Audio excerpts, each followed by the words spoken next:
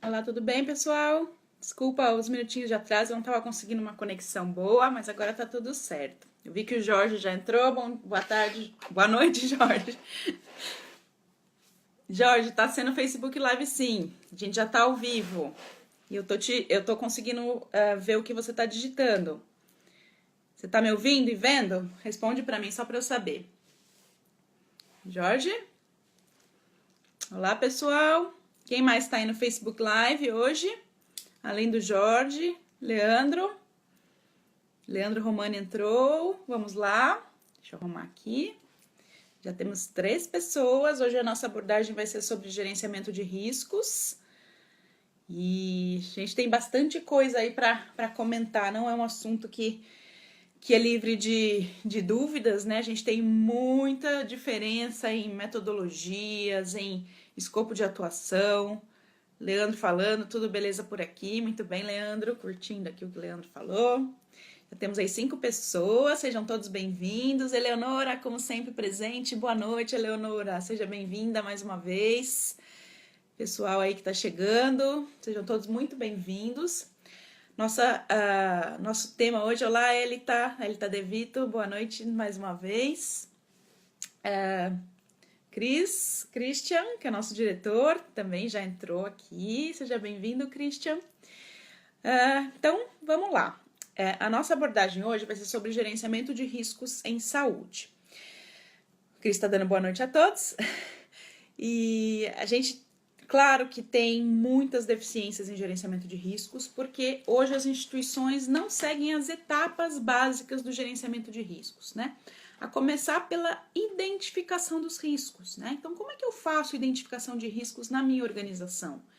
Tem diferença eu fazer identificação de riscos dos meus processos todos e tem diferença em eu fazer identificação dos riscos assistenciais dos meus pacientes nas unidades assistenciais? Né? Então, na verdade, são medidas de identificação de riscos complementares, uma não substitui a outra.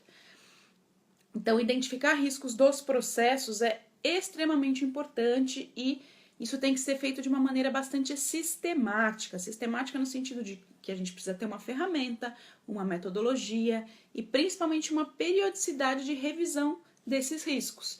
Né? Muitas vezes as pessoas identificam os riscos, fazem lá um mapa de riscos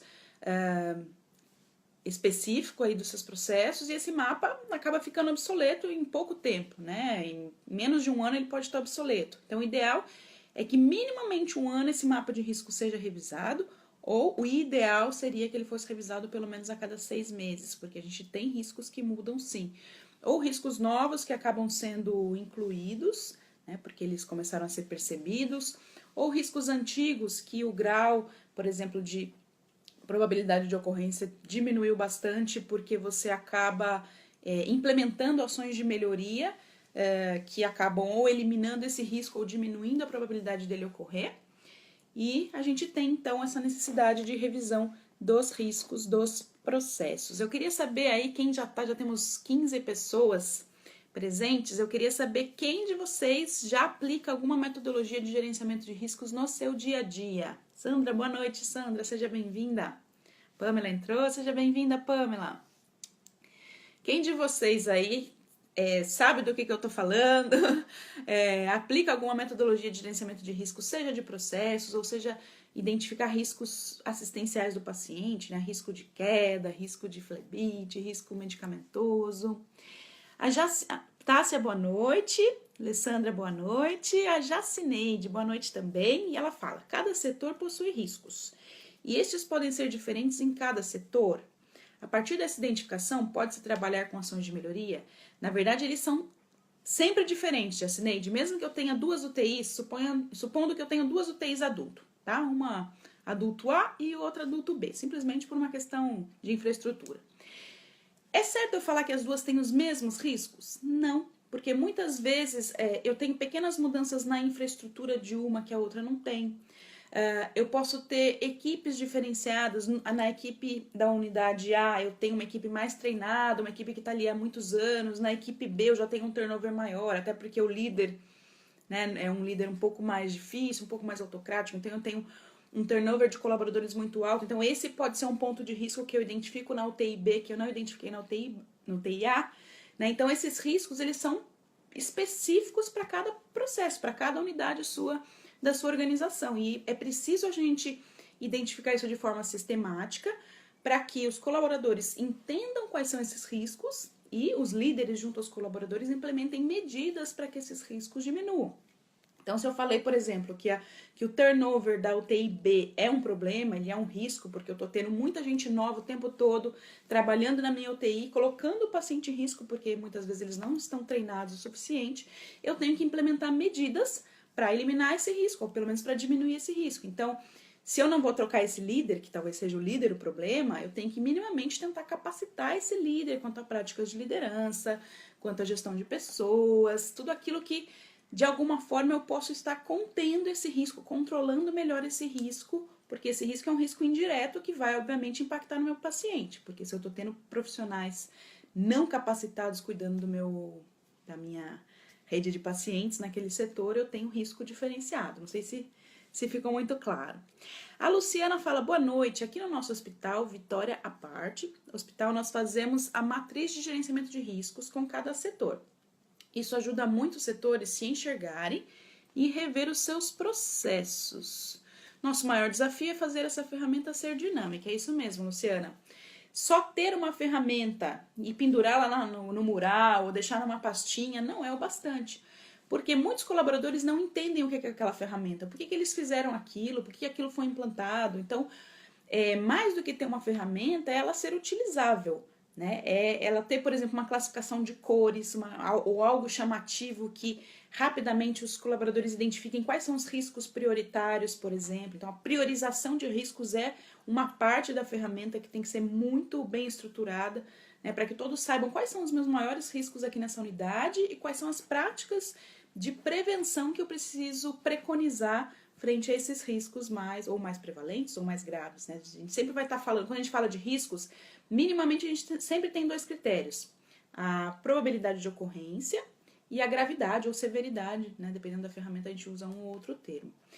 Existem algumas ferramentas mais complexas, como o FEMEA, onde a gente usa a probabilidade de detecção. Então, o quanto o meu processo é efetivo em detectar este risco antes que ele cause um dano ao paciente ou à minha estrutura, né? A Janine Rosas entrou, seja bem-vinda, Janine. Suzana Piacente, muito bem-vindo. Alexandre Bonfim, bem-vindo. Avaliadores aí entrando no nosso grupo aqui de Facebook Live. Já estamos com 29 pessoas nesses primeiros minutinhos, muito bom. O que mais que a gente tem de dúvidas aí? Falamos um pouquinho da questão da importância de se identificar riscos e entender que os riscos são diferentes em cada processo, sempre. Tá? Não adianta copiar e colar de um e de outro, que não vai ser uma foto fidedigna. Boa noite, Janine. O Leandro fala aqui, quem já assinou o canal Excelência em Saúde no YouTube? Muito bem, já estamos aí com quase 500 inscritos no nosso canal. Quem aqui já assinou, coloca um ok ou uma mãozinha. Quem aqui já assinou o nosso canal e recebe aí o alerta dos nossos vídeos diários? Seja bem-vindo, José Amadeu Jerônimo, mais uma vez aqui com a gente. Muito bem-vindo. A Tássia, ok, já assinou. O Cris comenta, muito bem falado, Alex, algumas instituições confundem a etapa de detecção do FEMEA e deve-se trabalhar com a detecção precoce, ou seja, antes do evento acontecer, correto? É isso mesmo. Na verdade, o FEMEA ele tem uma característica de ter uma abordagem proativa. Então, eu já avalio os riscos mesmo eles não tendo ainda acontecido na minha organização. Então, por exemplo, se eu sou uma unidade de quimioterapia, né, uma unidade oncológica, eu tenho que sim abordar a questão dos riscos. Por exemplo, se eu faço uma administração intratecal, né, uma via de administração um pouco mais diferenciada e mais complexa, eu tenho que abordar a questão do risco de uma administração errônea por essa via, que é grave, né? Se eu administrar um alcaloide da vinca por essa via, o paciente morre. Então, mesmo isso nunca tendo acontecido na minha organização, eu tenho que parar e pensar se o meu processo é efetivo no gerenciamento dessa etapa. Ok? Temos aqui a Lides Apriquian, não sei se eu falei certo. Boa noite, nos meus últimos 20 anos tenho trabalhado com o gerenciamento de risco de carteira de beneficiários de planos de saúde, dentro de empresas e em operadoras seguradoras. Um desafio diário, buscando os melhores processos, gestão de saúde, gerenciamento da utilização. Hoje temos um facilitador, que são as ferramentas que estratificam a população por perfil de risco. É isso mesmo, é um gerenciamento de riscos diferente, mas é um gerenciamento de riscos que também é aplicado aí para os processos e para as populações, né? Inclusive, a gente tem até uma certificação ONA, que é para os programas de qualidade de vida, quando se estratificam essas populações e se gerenciam os riscos e implementam medidas de segurança e qualidade frente a essas populações. Muito bem lembrado, Alides. A Catiúcia, no Hospital Geral, nós colocamos os riscos assistenciais de cuidado ao paciente nos displays de identificação. Isso auxilia muito o nosso processo. Isso é uma coisa muito interessante, Catiúcia. Quanto mais a gente conseguir ferramentas visuais para o nosso colaborador prestar atenção nesses riscos, mais valor e mais riqueza de detalhes a gente vai ter. Não só o colaborador, mas muitas vezes o próprio acompanhante, a família, ou o próprio paciente começa a entender melhor o porquê que ele está usando aquela pulseirinha, o porquê que ele tem um cuidado diferente daquele outro paciente que está no mesmo quarto que ele. Então, usar ferramentas de cores, ferramentas de usar figuras, plaquinhas, etiquetas, tudo que a gente puder ter de algo de destaque, algo diferenciado, isso pode ajudar. Claro que não é o excesso que vai ajudar, mas algumas dessas ferramentas, quando muito bem escolhidas, elas nos auxiliam sim a essa prática de gerenciamento de riscos. Débora Mola, seja bem-vinda. Isabela Castro entrou, bem-vinda. Camila entrou. Luciana. Essa semana pensei em colocar os resultados dos indicadores, riscos assistenciais, por exemplo, e implementar alguma programação de fórmula, tipo Excel, e de acordo com os resultados, altera a cor da criticidade da matriz. É isso aí, Luciana. O ideal sempre é a gente trabalhar com cores nessas matrizes de risco, porque é uma forma rápida de você priorizar quais são os riscos que você tem que estar mais alerta e com mais ênfase em implementar medidas preventivas. Então, aqueles riscos, por exemplo, que você classifica como vermelho, como laranja, né? Em geral, a gente usa, né, vermelho, laranja, amarelo, verde, enfim, ou azul, depende da ferramenta, mas, em geral, o vermelho é usado para o alerta de criticidade. Então, ele tem que ser um risco que a gente tem que dar uma ênfase maior e uma orientação reforçada para os colaboradores. Jacineide pergunta, o ideal para ações de melhoria seria trabalhar com educação continuada e conscientização da equipe? Obviamente, Jacineide, sempre educação continuada, sempre, né? A gente só não estimula que seja só aquela educação continuada da programação anual, né? Programa o ano inteiro e esqueço que às vezes eu não programei, por exemplo, um reforço no gerenciamento de risco clínico do meu paciente, e isso é um problema atual. Então, sempre puxar para a educação continuada aquilo que é crítico atualmente, né? Para que a gente não espere aí um ano para implementar. A Elita fala, Alexia, fala um pouco sobre fármaco e tecnovigilância. Muito bem, Elita. Fármaco e tecnovigilância são um bracinho do gerenciamento de riscos. Não dá para a gente deixar isso de lado, né? A vigilância sanitária dos nossos produtos. Então, tudo aquilo que a gente utiliza na nossa organização, medicamentos, insumos, produtos diversos, né? Produtos médico-hospitalares, enfim, tudo, equipamentos também, tudo isso tem que sofrer uma vigilância de utilização. Porque quando a indústria libera esses produtos, teoricamente ela já fez todos os testes, né? Até o que a gente fala que é teste fase 4, foi aprovado e ela recebeu o registro para que isso seja colocado no mercado. Só que a gente tem um histórico grandioso aí no mundo inteiro de, principalmente, medicamentos que foram utilizados em populações e só alguns anos depois descobriu-se que eles causavam determinado evento adverso que não tinha sido identificado nos estudos pré-clínicos. Então, um exemplo prático e que todo mundo quase deve saber é a talidomida, né? Na década de 60, ela causou a focomelia, que era aquela patologia onde os bebezinhos começaram a nascer sem os membros superiores e sem os membros inferiores. Ninguém conseguia entender o porquê que aqueles bebês estavam nascendo daquele jeito, até que, depois de alguns estudos epidemiológicos, identificou-se que o problema era uma medicação que as mulheres grávidas estavam fazendo uso, que era a talidomida.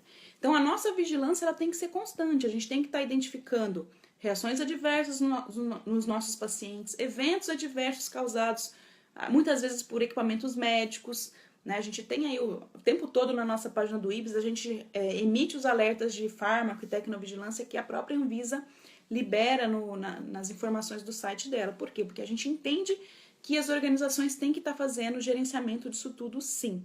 E sempre priorizar a identificação e notificação daquilo que não estava descrito em bula e daquilo que aumentou a prevalência. Então, por exemplo, todo mundo sabe que náusea é um evento adverso muito ligado ao tramadol, né? Tramal, entre aspas, o nome comercial mais comum. É comum que alguns pacientes tenham náusea. Agora, não é comum que todos os pacientes tenham náusea. Então, a partir do momento em que isso está acontecendo, há algo de estranho no ar, né? Então, esse é o motivo de eu estar notificando laboratório, Anvisa e a minha rede aí de gerenciamento de riscos, tá bom? Vamos lá. Catilcia, parabéns, o Cris fala. Sheila, boa noite. Elisa, muito bom. O Cris comenta, já Cineide, com certeza trabalhar o desenvolvimento da equipe e a cultura de segurança do paciente é importante, mas não podemos esquecer que existem riscos que são impostos pelos nossos processos. Fabiola, bem-vinda. Daniele, bem-vinda. A Paula fala, em relação às infecções associadas à saúde, como podemos e quais as medidas de barreira que podem ser implementadas e de que modo o SCIH pode monitorar? Nossa, isso aqui é discussão para alguns dias de Facebook Live. Então, assim, as comissões de controle de infecção, seja dentro de hospitais, seja em pequenas clínicas, pequenos serviços, elas têm que, obviamente, identificar quais são os riscos relacionados à infecção, né? Então, por exemplo, se ela é uma instituição que não tem UTI, ela não vai gerenciar risco de PAV, né? Ela não vai gerenciar risco de algumas infecções de catéter venoso central, dependendo do tipo de instituição, infecção do trato urinário, porque ela não tem esse tipo de procedimento. Eu estou falando, por exemplo, de uma pequena clínica de imunizações, dando um exemplo bem radical. Então, cada comissão de controle de infecções também vai ter que fazer o seu programa anual de prevenção de infecções baseado nos riscos relacionados à infecção que foram identificados frente ao perfil de pacientes que ela tem e ao tipo de atendimentos que ela tem. Então, a partir desse momento, identifiquei quais são as populações que eu atendo e quais os riscos relacionados à infecção, eu vou, então, implementar os protocolos, os bundles, né, os pacotes de intervenção e outras medidas preventivas, N medidas preventivas que uma SCIH pode implementar, desde auditorias internas, né, as visitas técnicas, esses bundles todos, esses protocolos de prevenção, medidas não só de prevenção, mas de controle, né, a questão do gerenciamento de indicadores e assim por diante. Boa noite, Melissa. A Sandra fala, sou enfermeira assistencial, tenho a sensação de que o gerenciamento de risco só vai até a parte de colocar pulseiras, preencher os indicadores. Não temos resultados desses indicadores para saber como a área está. Será que justifica baixa adesão no preenchimento dos indicadores? Eu não diria nem que é preenchimento de indicadores o problema, Sandra. Eu acho que muito mais é a notificação, né? As pessoas, como a gente já falou em outros momentos, principalmente no nosso webinário, as pessoas ainda têm medo de notificar. Elas ainda não sabem se elas vão ser punidas por, né, falar, olha, eu fiz esse dano ao paciente, eu causei sim essa infecção de catéter. Então, isso está muito mais ligado a uma possibilidade de subnotificação, ou porque as pessoas não querem notificar, ou porque elas nem sabem que elas causaram dano, que é pior ainda, do que só contabilizar. Contabilizar no final do mês quantas quedas eu tive, quantos flebites, erros de medicação eu tive, é fácil. Isso não é um problema. O problema é garantir que essas informações são reais, e geralmente ainda não são, né? Carol, boa noite. A Suzana fala, é essencial notificar o fabricante todas as vezes que for notificado a CVS sobre os eventos adversos? Esse é um critério interno da sua organização, Suzana. O importante, obviamente, é notificar a CVS ou Anvisa, né? Depende do fluxo aí de cada estado e como a vigilância estadual se posiciona quanto a isso. Em São Paulo, a CVS é bastante atuante. Agora, o que você vai notificar para o laboratório é um critério interno que pode definir. Então, por exemplo, o critério que a Organização Pan-Americana de Saúde preconiza para notificação de farmacovigilância, por exemplo, é esses dois que eu falei. Aumento da incidência, então um evento que acontecia numa incidência pequena, de repente você está tendo um aumento muito grande, e reações adversas que ainda não foram notificadas. E eu adicionaria aí também a questão da gravidade, né? Claro, o laboratório tem o direito até de saber para que ele também tome providências e alerte outras instituições, né? Então, você pode definir isso junto, por exemplo, com o seu núcleo de segurança do paciente, quais são os critérios para notificar um ou outro, ou só notificar internamente, né? Nem tudo também, às vezes, uma suspeita de, um quase erro, né, você pode manter na própria organização e tratar na própria organização, mas critérios que cada um vai definir. O Jorge fala, olá Alexia, boa noite a todos, boa noite Jorge, eu já te vi lá no comecinho, agora de novo. Suzana, e seria interessante estimular essa prática para todas as visitas? Não entendi a pergunta. Todas as visitas do quê? Se você puder reexplicar, Suzana, só para eu conseguir responder para você da melhor forma. A Paula fala, obrigada Alexia, de nada Paula. Eliana Maria Castiglione entrando, nossa avaliadora, muito obrigada aí pela presença. Temos agora 38 pessoas, que legal. O Jurandir fala, boa noite Alexia, fala um pouco sobre a importância do plano terapêutico como parte integrante do protocolo de comunicação efetiva. Entendendo que isso é um pouquinho relacionado ao gerenciamento de riscos, né? Vamos sempre tentar focar no tema do dia. Agora a gente vai sempre ter um tema do dia, tá? A gente definiu isso para os próximos lives, para que não fique aquela coisa de pipocar perguntas diversas de assuntos, né? Que às vezes são muito diferentes. Mas entendendo que o plano terapêutico tem a ver com gerenciamento de riscos.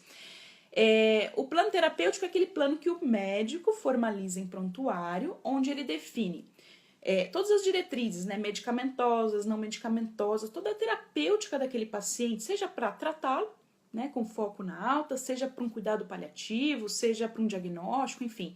Cada paciente tem um objetivo e o plano terapêutico são as medidas preconizadas que esse médico formaliza para chegar a esse objetivo.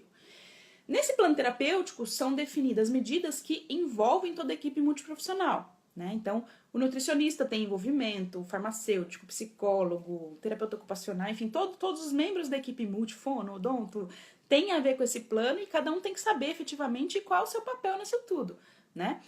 Ou muitas vezes o médico recomenda, olha, eu preciso do psicólogo nesse caso, né? Então, cada organização vai fazer isso. Então, na verdade, o plano ele tem que ser muito bem escrito, porque se ele não for definido, registrado, como é que essa equipe multiprofissional toda vai saber o seu papel e vai saber qual é o objetivo que esse médico planeja para o paciente? Então, tem tudo a ver com risco de comunicação, né? Então, a gente precisa, sim, intensificar com os nossos médicos, com o nosso corpo clínico, a necessidade deles formalizarem esses planos terapêuticos em prontuário. Não é uma questão burocrática, é uma questão de gerenciar riscos de comunicação. E não sei se vocês sabem, vários estudos informam que 60 a 70, dependendo do estudo, mas 60 sendo mais otimista, 60% dos eventos adversos que chegam até o paciente são causados por erros de comunicação. Então, não preciso dizer mais nada, né? A comunicação ainda é a nossa fragilidade. Trocas de plantão, plano terapêutico em prontuário, registros diversos em prontuário, a comunicação de riscos, a pulseira que não foi colocada, o paciente que foi trocado porque ninguém sabia o nome, enfim, tudo, grande parte disso envolve comunicação. Suzana agora reitera, né? Quando fazemos a visita, devemos estimular a prática de notificação ao fabricante. Visita de avaliação, imagino eu. Entendi agora, eu tava tentando visita aonde, né? Claro que sim, né? Como avaliadores, né? Entendendo que a gente tem muitos avaliadores aqui no grupo, a gente precisa sim estimular que as organizações de saúde notifiquem o fabricante. É um direito do fabricante saber o que está acontecendo com o equipamento, com o instrumento, com seja lá o que for o material ou medicamento que ele está disponibilizando no mercado. Se ele não fica sabendo, pior, né? Acaba até maculando um pouco a relação do hospital para com esse distribuidor ou esse fabricante, né? Então, essa relação ela é mútua, né? Ele é um interessado no produto. Então, nada mais justo que a gente também estimule isso nas organizações. Carol fala, qual a melhor ferramenta de se usar para o mapeamento de risco das áreas? O mapeamento de risco precisa do mapeamento dos processos para ser realizado? Então, Carol, eu diria para você que é mandatório a gente mapear processo antes, né? Porque se a gente não sabe as etapas do processo, então eu não sei se no meu centro cirúrgico a etapa é o paciente chega, existe a etapa de conferência de XYZ, ou existe uma etapa de conferência que acontece no quarto, porque na minha organização é diferente. Então, cada processo de cada organização vai ter um conjunto de atividades, que é um conjunto lógico de atividades, que difere de organização para organização. E é só eu fazendo esse mapeamento, então a ordem lógica dessas atividades, o que não é tão difícil assim, né? Se você sentar em grupo, com um grupo desse processo, eles mesmos vão contar para você, olha, aqui o paciente passa por essa e essa etapa. Então não precisa complicar demais, né? E a partir do momento em que eu tenho todas essas etapas discriminadas, eu tenho que olhar para os riscos de cada uma dessas etapas, tá? Então, eu diria para vocês que é mandatório a gente olhar risco de processo, sim, não só ficar olhando o risco genérico do paciente, tá? São coisas que tem que acontecer paralelamente. Agora, a melhor ferramenta, eu sou suspeita, eu adoro o FEMEA, eu acho que o FEMEA é a ferramenta mais completa que a gente tem. Eu só diria para vocês uma única dica: não usem GUT, né? GUT é aquela ferramenta que fala de gravidade, urgência e tendência, porque o GUT ele é usado erroneamente para gerenciamento de riscos. Ele não é uma ferramenta de gerenciamento de riscos. Ele é uma ferramenta de priorização de ordem de atividades. Então eu tenho ali uma lista de atividades na minha semana, eu vou usar o GUT para priorizar aquilo que é mais grave, aquilo que eu tenho que resolver primeiro, aquilo que é urgente, aquilo que se eu não resolver a tendência é piorar. Para isso que serve o GUT, que é uma ferramenta ótima de qualidade, mas ela não é feita para gerenciamento de riscos, ok? Então, se eu pudesse indicar alguma, eu falaria para usar o FEMEA, tá? Eu acho que até por essa questão da detecção, ela agrega mais valor. Só que ela é mais complexa, mas ela é mais completa, né? Então, é isso é a minha opinião. A Jacineide fala, parabeniza a equipe, especialmente você, Alexia, que se disponibiliza para essa partilha onde todos ganhamos.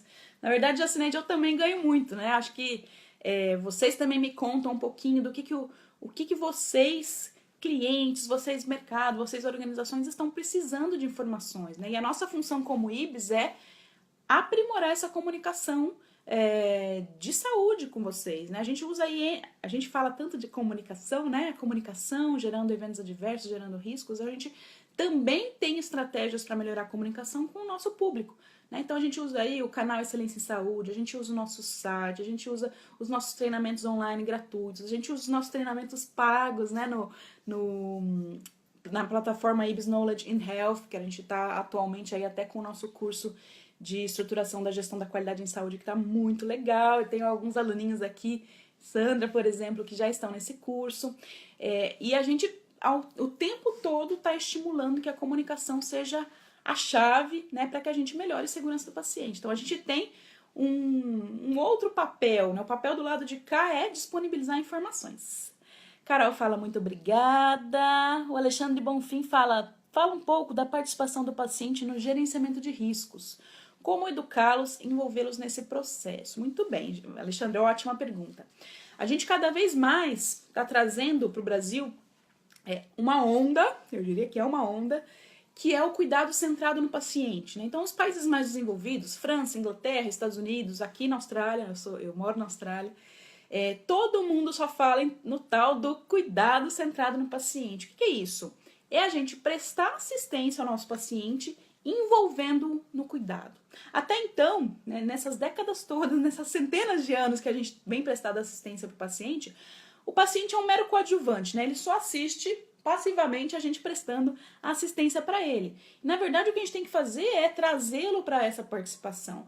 Então, trazê-lo para que ele participe da conferência dos medicamentos que estão sendo administrados, trazê-lo para que ele faça perguntas, trazê-lo para que ele comente sobre a dieta dele, porque que ele não está comendo, trazê-lo para que ele comente sobre o que poderia ser melhorado na assistência dele, trazê-lo para que ele informe como é que está a assistência no olhar desse paciente, né? A gente tem um olhar de que a gente está prestando a melhor assistência, nem sempre isso é o que está acontecendo.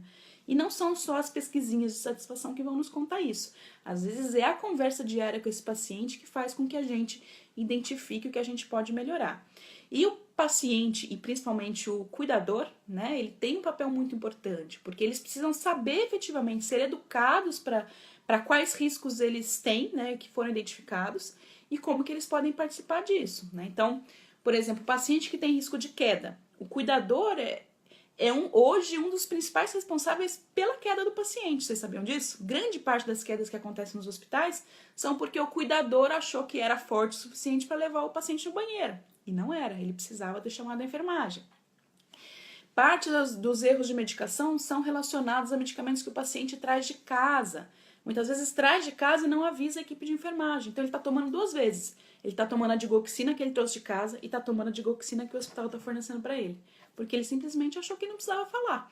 né? E aí, obviamente, ele vai ter um problema cardíaco e uma piora durante a sua estadia, né? Então, obviamente, educar o paciente para isso e trazer os conceitos de cuidado centrado no paciente é mandatório, Alexandre. Muito bem. Carol, muito obrigada. Tatiane, o protocolo de Londres se aplica ao gerenciamento de riscos? Sim, Tatiane. O protocolo de Londres ele é uma ferramenta da qualidade bastante complexa e bastante estruturada que foca uma análise muito estruturada de causas dos nossos eventos adversos, né? Então, é uma estrutura grandiosa, composta por várias etapas, que pode substituir, por exemplo, o diagrama de Ishikawa, né? A espinha de peixe, ou análise de causas, né? A gente tem vários nomes para ela, ou 5 porquês. Então, elas são ferramentas que dão base para a investigação dos eventos que ocorreram, né? Ou os quase erros também. Luciana, Alexa, você tem uma ideia de como podemos medir os processos relacionados à comunicação? Criar um indicador para isso ser monitorado? Na verdade, Luciana, é difícil você montar um indicador genérico que fale de comunicação de maneira tão abrangente, né? A gente pode sim gerenciar as etapas de comunicação. Então, por exemplo, na minha organização eu tenho um protocolo de transferências internas do paciente. Então, quantos são os formulários de transferência interna em setores que foram preenchidos pela equipe multiprofissional? Isso pode ser um indicador, né? Um indicador de adesão a essa prática. Eu tenho um protocolo de SBAR para troca de turno entre plantões. Eu posso ter um indicador que fale da adesão do uso desse protocolo. Então, eu diria que esses protocolos vão gerar indicadores específicos para cada prática, tá? O Cris, Carol, existem várias ferramentas na literatura mais completa, como dito pela Alexa, o FEMEA, existe também o diagrama de Bowtie, que é mais simples, né? O Bowtie a gente chama de diagrama de gravata, né? Onde um dos originários da Bowtie foi a Shell, sabe a Shell? Combustíveis. Eles que utilizaram pela primeira vez o Bowtie, uma ferramenta que acabou indo para engenharia, mas tem instituições de saúde que utilizam, ela é bem mais simples, tá? Ela não tem essa etapa de detecção, por exemplo. Daniele, boa noite, Alex. Eu gostaria que falasse um pouco sobre tratativas dos eventos, bem como os registros dessas tratativas. Primeira coisa, Daniele, a gente só trata aquilo que a gente identificou muito bem as causas. O que eu diria para vocês hoje dos eventos que chegam no IBS, né? A gente tem aí uma rede de instituições acreditadas, graças a Deus, cada vez crescendo mais, isso é bom, porque a gente mantém essa rede muito coesa. Mas que o que a gente vê, esses eventos que chegam pra gente, chegam pra ONA, eles chegam com uma análise de causa ainda muito frágil, mesmo em organizações que já são acreditadas. Olha que interessante, né? Significando que efetivamente essa maturidade para analisar causas é uma maturidade que vem com a cultura de segurança, que tem um amadurecimento que a gente já sabe que é um pouco longo, né, para se atingir. A partir do momento que eu tenho uma análise de causas muito bem feita, e eu sei que muitas vezes aquele evento não foi causado por uma causa, mas por um complexo de causas, né? Dizem as más línguas e alguns estudos que, em geral, um evento ocorre por cerca de 6 causas diferentes. Então, é a teoria do queijo suíço, né? A gente tem ali os vários buraquinhos do queijo, de repente, essas várias falhas se alinham e eu tenho o evento transpassando por esses buraquinhos do queijo, né? Significando que cada buraco de queijo é uma causa diferente. E essa tratativa, ela tem que ser focada em tentar eliminar o problema e não só corrigir este problema em especial. Então, se eu tenho um problema de quedas na unidade psiquiátrica relacionada à altura do meu leito, adianta eu ficar orientando o paciente? Não. Adianta eu treinar o colaborador? Não. Adianta eu trocar esse leito ou tentar com a engenharia algum modo de eu diminuir a altura desse leito, de repente cortando até um pedaço desse ferro, né? Enfim. Sim, talvez aí eu consiga melhorar. Né? Então a gente precisa sim identificar causas reais e não tratar aquilo que talvez fosse a causa, que é o que eu vejo que é o problema hoje. Isabela, levanta a mãozinha. Janine, na Odonto estamos engatinhando no gerenciamento de riscos, mas já entendemos a importância e estamos amadurecendo essa cultura a cada dia. Há riscos no consultório que não podem ser negligenciados. É isso aí, Janine e Isabela, né? As nossas pupilas aí da odontologia. Graças a Deus a gente veio aí agora com esse movimento. O IBS acreditou 3 organizações no Ceará, organizações odontológicas, né? 2 em nível 1, uma em nível 2, as primeiras organizações de saúde acreditadas pela ONU, um grande orgulho aí para o IBS, e a gente agora estimula cada vez mais que esse assunto, gerenciamento de riscos em odonto, seja um assunto desmistificado, um assunto que a gente possa disseminar nesse tipo de organização, né? Contamos com vocês aí que já têm essa expertise para nos ajudar.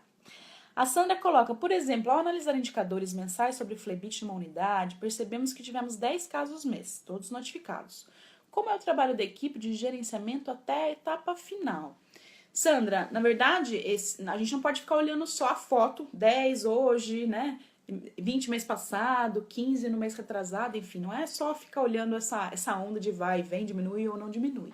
A gente tem que olhar se eles estão tendo o mesmo perfil, se eles estão acontecendo mais uma vez pelos mesmos motivos. Eu tô tendo muita flebite pelo uso de vancomicina, né? A vancomicina não está sendo diluída na concentração ideal.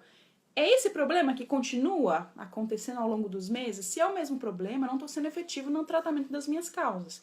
E é essa a função do indicador, é sustentar uma análise crítica. A gente precisa criticar esses números e verificar o porquê que eles não estão diminuindo, tá? Claro que Flebit zero ainda é um sonho, né? Talvez a gente nem consiga um dia chegar na Flebit zero, mas a gente tem que minimamente diminuir a incidência daqueles motivos que são tratáveis, que são altamente preveníveis.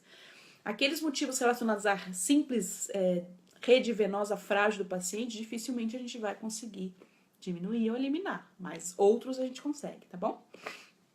Catiúcia, estamos implantando o time de resposta rápida.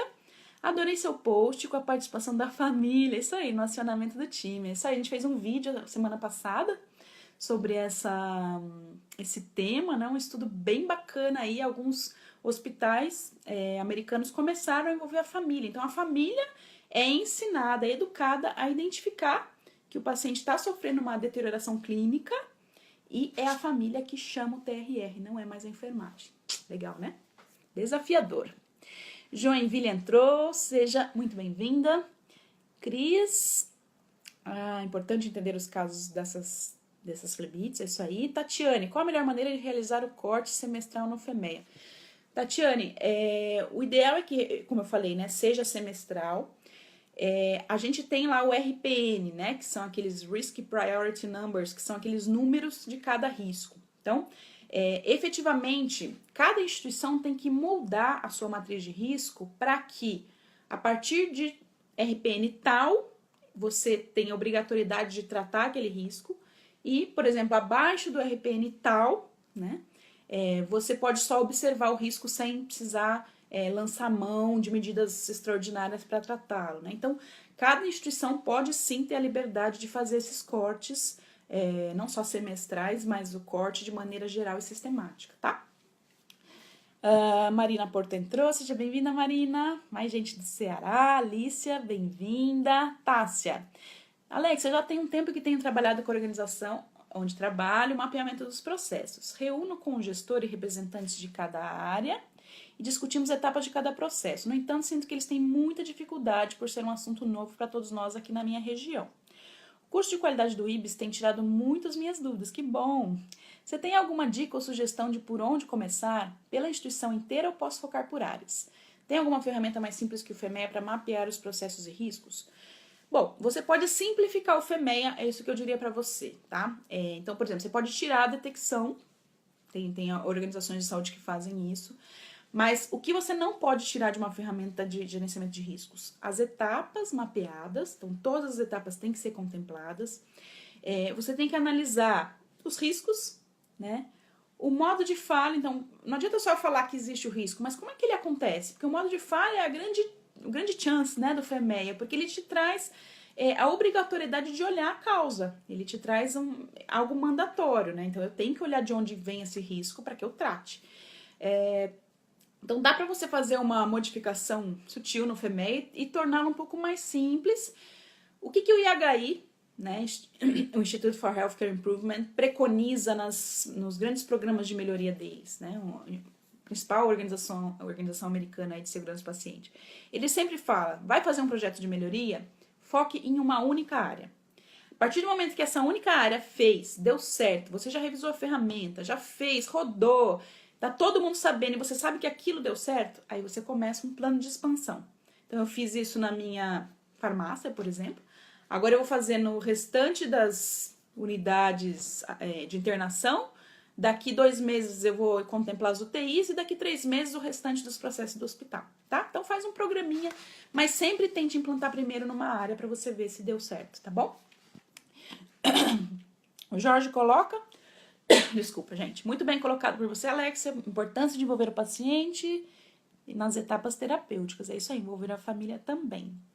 Daniele diz, ao tratar eventos classificados como sem dano ou dano leve, poderíamos tratar por frequência ou a análise deverá ser de forma pontual para cada caso? Dá para você, assim, eu só agruparia vários eventos para tratar quando eu tenho a certeza de que a causa é a mesma. Então, se eu vou tratar 30 flebites juntas com o mesmo plano de ação, eu tenho que ter certeza de que as 30 flebites foram causadas pelo motivo lá que eu dei, que foi a administração de vancomicina numa concentração inadequada. Então, eu junto, não por tipo de dano, eu junto, claro, né, pelo tipo de dano, mas também pelo grupo causa. Né? Então, eu posso sim agrupar todos os eventos com mesmas causas para tratá-los de uma maneira única, tá bom? Não é proibido, não. O Leandro comenta aqui, vocês podem conferir os episódios já publicados do canal Excelência em Saúde no site www.excelênciasaude.com. Por exemplo, a gente tem esse vídeo aí do envolvimento da família no time de resposta rápida. Então, a nossa função, né, mais uma vez, é sempre trazer para vocês vídeos relacionados a assuntos, a trabalhos que são geralmente trabalhos novos, né, que acabaram de ser publicados, que têm influência em melhorias para vocês. A gente escolhe esses estudos com muito trabalho, com muita leitura, a gente não escolhe um qualquer, vou falar sobre esse aqui hoje. Não, a gente escolhe no intuito de ajudar vocês a preconizar melhorias. Vocês já perceberam que em todos os nossos vídeos, lá no finalzinho, eu sempre dou 3 dicas, né? Já é mandatório. Então eu falei de um assunto, quais são as 3 dicas que o IBS traz para vocês neste episódio, né? Dica 1, dica 2, dica 3. Por quê? Porque a gente acredita que essas dicas podem ser pegas por vocês e implementadas sem grandes dificuldades, tá bom? A Joinville fala, Alex, estou coordenando uma unidade de internação clínica, hoje fazemos avaliação de risco para queda, usando a ferramenta de Morse, e lesão de pele Braden, para 100% dos pacientes. Porém, vejo que cometemos muitos erros na avaliação, talvez pelo volume de pacientes. Você sugere que realmente devemos aplicar para todos os pacientes ou posso criar critérios para a realização do score? Na verdade, Joinville tem que ser para todos, né? Claro que, por exemplo, algumas ferramentas, por exemplo, a ferramenta de queda, né? Você já tem o critério idade, que é um critério sólido na literatura, né? Então, você pode, por exemplo, colocar a idade acima de 65 ou 70, dependendo da literatura que você está usando, e algumas outras patologias para você implementar essa ferramenta de forma diária. E outros pacientes, por exemplo, você pode sistematizar que a aplicação da ferramenta é na admissão e a cada X dias, a cada semana, por exemplo, um paciente de longa permanência. Então, na verdade, esses critérios, eles podem ser moldados de acordo com o seu perfil epidemiológico, tá? Não tem algo que é proibido. Você só precisa formalizar isso e consensar isso com o seu núcleo de segurança do paciente, tá? É o que a gente sempre preconiza e sempre basear esses critérios e essas preconizações em literatura, tá bom? Catiúcia fala, as dicas são fundamentais, é isso aí, Catiúcia. Joinville, parabéns pelo excelente trabalho. E a Daniele fala, se pudesse, por favor, nesse vídeo ou outra oportunidade, explicar um pouco sobre a ferramenta de comunicação SBAR. Tá, Daniela, a SBAR é uma ferramenta que a gente pode até falar, acho que só fazer um Facebook Live só sobre SBAR, porque é uma ferramenta, ela não é complexa, mas cada um das letrinhas, o S, o B, o A, o R, elas têm que ser explicadas de maneira aí bem sistemática. A gente pode programar aqui um Facebook Live só pra gente falar sobre isso, tá? Mas lembrando que o SBAR, ele é uma ferramenta de comunicação estruturada, então eu posso usar isso para transferência de pacientes, posso usar isso para mudança de plantão, eu posso usar o SBAR, por exemplo, para dispensação de produtos, enfim, dá para usar o SBAR para quase tudo que envolve comunicação, tá bom? Mas a gente fala isso, acho que com um tópico bem específico. O Leandro fala que houve um episódio sobre isso. Na verdade, eu já falei de SBAR acho que nos 2 episódios, né? A gente já tá aí com, acho que mais de 65 episódios. Muito bom, muito bom. E com muito sucesso, a gente já tem com quase 500 pessoas inscritas no nosso canal, significando que acho que tá dando certo, né? A gente tá conseguindo chegar ao nosso objetivo, que é comunicar essas práticas de segurança do paciente no Brasilzão inteiro aí, né?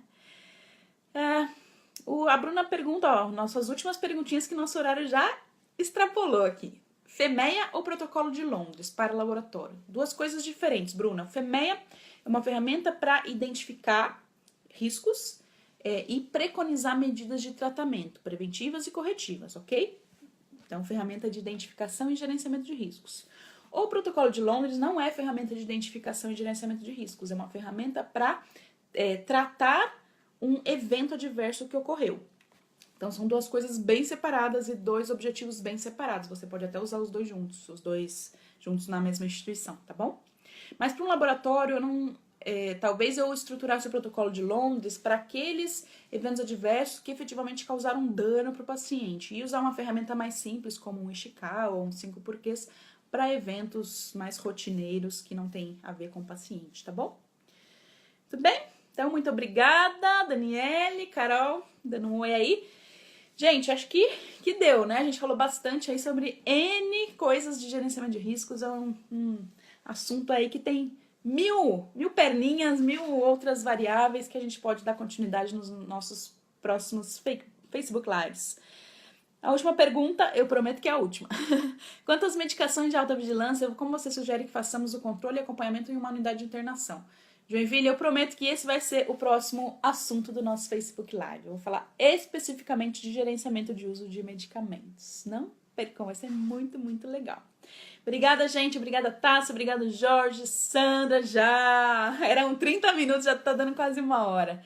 Obrigadão mais uma vez por vocês estarem aqui. Fico muito feliz da gente estar aí conseguindo partilhar, não só eu partilhar com vocês, mas vocês também contando esse monte de coisas que acontecem nas instituições de vocês. Fico muito feliz e espero que vocês continuem acompanhando e se inscrevendo no nosso canal Excelência em Saúde lá no YouTube e no nosso podcast, tá bom?